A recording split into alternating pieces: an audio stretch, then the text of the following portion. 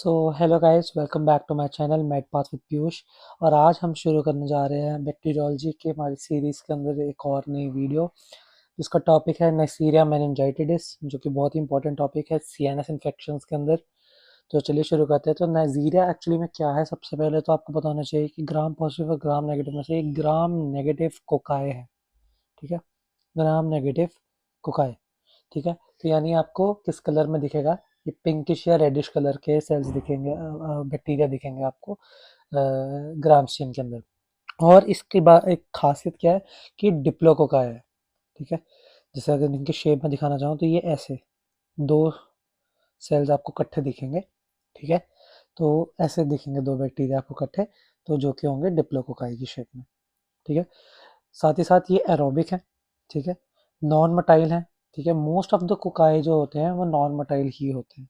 ठीक है, ये चीज़ आप इन जनरल भी याद रख सकते हैं कि most of the cocci are non motile. ठीक है, बस खास चीज़ है कि डिप्लो कोकाई है।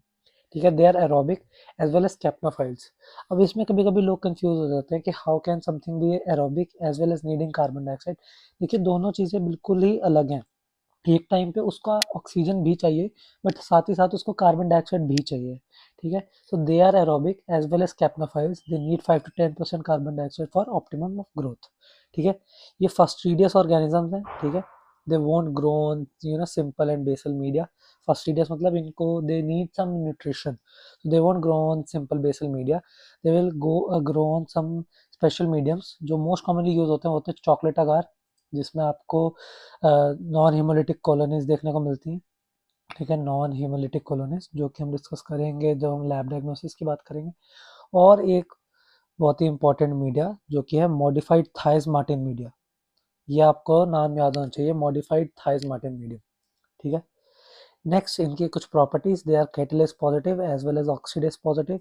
ऐसे बहुत ही कम बैक्टीरिया हैं जो कैटालेस भी पॉजिटिव हैं और ऑक्सीडेस भी पॉजिटिव हैं, तो this is one of them. And secondly it is an exclusively human pathogen, मतलब इसका कोई भी और रिजर्वायर नहीं है, ह्यूमन ही इसका एकमात्र रिजर्वायर है। ठीक है, अगली बात है कि इनकी जो शेप मतलब साइज है वो स्मॉल होता है, बहुत स्मॉल। ठीक है, 0.6 to 1 माइक्रोन के साइज में ये होते हैं। ठीक है, they produce acid on oxidation of sugars and not fermentation.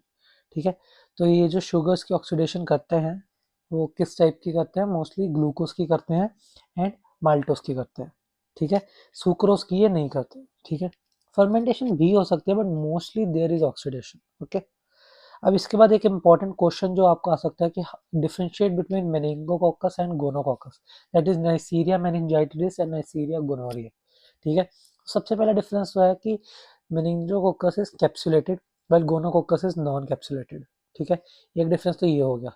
Second क्या है इनकी शेप के अंदर, कि जो मेनिंगोकोकस है वो प्लेनो कन्वेक्स शेप में है, ये आपको दिख रहा है, प्लेनो कन्वेक्स शेप। क्या आपको याद है प्लेनो कन्वेक्स शेप के कुछ एग्स भी होते हैं? ठीक है, वो किस में मिलते हैं? एंट्रोबियस में। एंट्रोबियस वर्मिकुलरिस के अंदर प्लेनो कन्वेक्स शेप के एग्स मिलते हैं। ठीक है, जिसको हम लेंस शेप भी कह सकते हैं या हाफ मून शेप। ठीक है, वहीं गोनोकोकस में क्या होता है, किडनी या बीन शेप मिलती है। डिजीज क्या होती है, मेनिंजोकोकस के केस में मेनिंजाइटिस और गोनोकोकस के केस में गोनोरिया। ठीक है, meningococcus will utilize both glucose as well as maltose, while gonococcus के केस में क्या है, they will utilize only G for gonococcus, G for glucose. ठीक है, अब जो मेनिंगोकोकस है उनमें प्लाज्मिड्स भी कभी कभी ही होते हैं और वो बीटा लैक्टामेज भी कम प्रोड्यूस करते हैं। वाइल जो गोनोकोकस है वो बीटा लैक्टामेज भी ज़्यादा प्रोड्यूस करते हैं और प्लाज्मिड भी है उसमें। एंड प्लाज्मिड्स हमें पता है कि रेजिस्टेंस प्रोवाइड करते हैं, इसलिए जो ड्रग रेजिस्टेंस होती है that is more common in gonococcus because of increase beta lactamase production as well as having plasmids. ठीक है, जहाँ तक फेरिंग्स इन्वॉल्वमेंट की बात है, मेनिंजोकोकस का जो हैबिटेट है that is nasopharynx, well gonococcus में इट्स रेयरली फेरिंग्स, मोस्टली ये जेनाइटल ट्रैक्ट में ही होता है। Now coming specifically to Neisseria meningitidis, इसका मोस्ट इंपॉर्टेंट वायरुलेंस फैक्टर क्या है? Polysaccharide capsule. It has a polysaccharide capsule जो कि एंटीफेगोसिटिक है, मींस वो क्या करता है, इसको इजीली फेगोसाइटोज नहीं होने देता है। ठीक है, इसमें टोटल 13 टाइप्स ऑफ सीरोटाइप्स मिलते हैं हमें on the basis of antigenic polysaccharide capsule, जिसमें से 6 इंपॉर्टेंट है, A B C, A B C and W X Y. W135 को आप डब्ल्यू भी कह सकते हैं। ठीक है, तो A B C W X Y. ठीक है, ये इसका मोस्ट इंपॉर्टेंट वायरलेस फैक्टर है पॉलीसेकेराइड कैप्सूल। ठीक है, वाइल अदर वायरलेस फैक्टर्स क्या हो सकते हैं, लाइपो ओलिगोसेक्राइड या लाइपोपॉलीसेक्राइड भी कह सकते हैं, बट अगर ज़्यादा स्टैंडर्ड बुक्स में देखेंगे तो उसमें लाइपो ओलिगोसेक्राइड दिया होता है, ठीक है। लाइक अगर आप जावेद से रेफर करेंगे तो, ठीक है। बाइल है क्या, ये भी एंडोटॉक्सिन को ही रेफर कर रहा है, लाइपोपॉलीसेक्राइड एंडोटॉक्सिन को ही रेफर कर रहा है। करते क्या है, ये बाइंड करते हैं CD14 और TLR रिसेप्टर्स को ऑन द होस्ट सेल्स, उससे एंडोथेलियल सेल्स की एक्टिवेशन होती है एंड मीडिएटर्स ऑफ इन्फ्लेमेशन का रिलीज होता है। सेकेंडली और कैसे एक्ट कर सकते हैं, एंडोथेलियल इंजरी के बाद एक्ट कर सकते हैं, जिससे वेस्कुलर परमेबिलिटी बढ़ जाती है, जिससे फ्लूइड का लॉस हो सकता है और बंदा शॉक में जा सकता है, ओके। और क्या हो सकता है, इंट्रावेस्कुलर थ्रोम्बोसिस करा सकते हैं, जिससे DIC हो सकता है, डिसेमिनेटेड इंट्रावेस्कुलर कोएगुलेशन। और इसके क्या वायरलेस फैक्टर्स हैं, आउटर मेम्ब्रेन प्रोटीन्स, ठीक है। लाइपोसेक्राइड को छोड़ के, एंडोटॉक्सिन को छोड़ के आउटर मेम्ब्रेन प्रोटीन्स होते हैं जो कि पोरिन प्रोटीन्स की तरह एक्ट करते हैं, ये भी इसका one of the important wireless factors है। बाकी कुछ normal wireless factors IgA proteases हैं, ट्रांसफरेंट बाइंडिंग प्रोटीन्स हैं एंड एडेसिन्स हैं, ठीक है। इसमें अगर हम एपिडेमियोलॉजी में जाएं तो बायफिजिक पीक देखने को मिलती है अर्ली चाइल्डहुड में, जो कि होता है 3 मंथ से 5 ईयर्स, और एडोलेसेंस के केस में 15 to 25 ईयर्स, ठीक है। 3 months to 5 years and 15 to 25 years, ठीक है। Now let's come to pathogenesis. Pathogenesis में एकमात्र नेचुरल होस्ट इसका ह्यूमंस है, ये बात हम पहले ही कर चुके हैं। सोर्स ऑफ इन्फेक्शन भी हमने इसके हैबिटेट की बात करी थी कि नेसोफेरिंक्स में होता है, तो नेसोफेरिंजियल कैरियर्स इसका सोर्स ऑफ इन्फेक्शन है। मोड ऑफ ट्रांसमिशन कैसा है, अगर नेजोफेरिंक्स में है तो ड्रॉपलेट इन्फेक्शन के वाया है, ठीक है। सो ड्रॉपलेट इन्फेक्शन के वाया स्प्रेड होता है, ठीक है।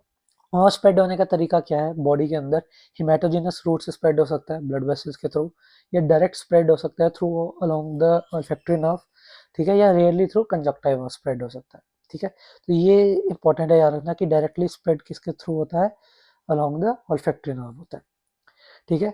अब इसकी क्लिनिकल मैनिफेस्टेशन आपको क्या देखने को मिलेंगी, उसमें आपको रैशेस देखने को मिल सकते हैं, जो रैशेस होंगे वो पिटिकल या परप्यूरिक होंगे, ठीक है। ये इंपॉर्टेंट पॉइंट है कि पिटिकल या परप्यूरिक रैशेस देखने को मिलेंगे। ऑब्वियसली इन्फेक्शन कर रहे हैं ब्लड में तो सेप्टिसीमिया देखने को मिलेगा। वाटर हाउस फ्रिडिक्सन सिंड्रोम देखने को मिलेगा। What is Waterhouse Friderichsen syndrome, it's just a form of fulminant meningococcaemia, ठीक है। जो मेनिंजोकॉक्सीमिया बहुत ही ज़्यादा फैल जाता है, फल्मिनेंट हो जाता है, ठीक है, और सीवियर कॉम्प्लिकेशंस देखने को मिलती हैं, तो वाटर हाउस फ्रिडिक्सन सिंड्रोम आपको देखने को मिलता है। पायोजेनिक मेनिंजाइटिस देखने को मिल सकता है, पस फॉर्मेशन हो सकती है, and chronic meningococcaemia can be seen, and post meningococcal reactive disease भी आपको इसमें देखने को मिल सकती है, ठीक है। इसमें से मेजर इंपॉर्टेंट पॉइंट्स आप याद रख सकते हैं, वो है रैशेस जो कि particular purpuric, septicaemia, Waterhouse Friderichsen syndrome and pyogenic meningitis, ठीक है। Now coming to lab diagnosis, आप लैब डायग्नोसिस में CSF ले सकते हैं, ठीक है, या ब्लड ले सकते हैं, ठीक है। और जब आप इसका ग्राम स्टेनिंग में स्मीयर बनाएंगे तो आपको ग्राम नेगेटिव डिप्लोकोकाई देखने को मिलेंगे, जो बात हम ऑलरेडी कर चुके हैं, ठीक है। ब्लड अगार में मैंने पहले बताया था कि नॉन ह्यूमोलिटिक कॉलोनीज देखने को मिलेंगी, इस एसेंशियली चॉकलेट अगार, ठीक है, चॉकलेट अगार में या ब्लड अगार में नॉन हीमोलिटिक कॉलोनीज देखने को मिलेंगी। बायोकेमिकल रिएक्शंस में ये कैटलेज एंड ऑक्सीडेज पॉजिटिव हैं। ग्लूकोज एंड माल्टोज की फर्मेंटेशन ये करते हैं, या better word to use here is oxidation, ठीक है। बट सुक्रोज की फर्मेंटेशन ये नहीं करते हैं, नेगेटिव। सीरोलॉजी में आप स्लाइड एग्लूटिनेशन सीरोग्रुपिंग टेस्ट कर सकते हैं, जहाँ पे हम स्लाइड में अलग अलग एंटी सेरास को यूज़ करते हैं, उसकी एग्लूटिनेशन से हम उसकी सीरोग्रुपिंग करते हैं, ठीक है। इसके अगर ट्रीटमेंट में जाएंगे तो ड्रग ऑफ चॉइस की होती है 3rd जनरेशन सेफेलोस्पोरेंस, ठीक है। अगर प्रिवेंट करना चाहेंगे तो हम कीमोप्रोफाइलैक्सिस कर सकते हैं, जिसमें आप रिफेम्पिसिन या सिप्रोफ्लॉक्सासिन दे सकते हैं, बट ड्रग ऑफ चॉइस इसमें रहती है सेफ्ट्राइक्सोन इंट्रामस्कुलरली, ठीक है। इंट्रामस्कुलरली देना सेफ्ट्राइक्सोन को will be your choice for कीमोप्रोफाइलैक्सिस। Vaccine prophylaxis में आप मेनिंजोकॉकल पॉलीसेक्राइड वैक्सीन होती है, ये बाइवेलेंट भी हो सकती है, क्वाड्रीवेलेंट भी हो सकती है। बाइवेलेंट में आपको ANC सीरोटाइप्स देखने को मिलते हैं, एंड क्वाड्रीवेलेंट में आपको A, C, Y और W ये देखने को मिलते हैं, ठीक है। जो मेनिंजोकॉकल पॉलीसेक्राइड वैक्सीन है वो सीरोग्रुप बी में नहीं देखने को मिलती इतनी, क्योंकि सीरोग्रुप बी जो है इसमें साइलिक एसिड होता है, ठीक है। और जो साइलिक एसिड है वो नॉन या लेस इम्यूनोजेनिक है, लेस एंटीजेनिक या लेस इम्यूनोजेनिक है साइलिक एसिड, ठीक है। बट इसके लिए भी अब एक रिकॉम्बिनेंट वैक्सीन बन गई है जिसका नाम है मैन बी वैक्सीन, ठीक है। So guys this was all for Neisseria meningitis. अगर आपको वीडियो पसंद आई हो तो please like the video, subscribe to the channel, bell icon को ज़रूर दबाइए। और अगर आपको कोई भी और वीडियो चाहिए या आप मेरे को रीच आउट करना चाहते हैं तो comment down in the comment section और reach out to me on my Instagram. So thank you for watching this video and let's meet next time.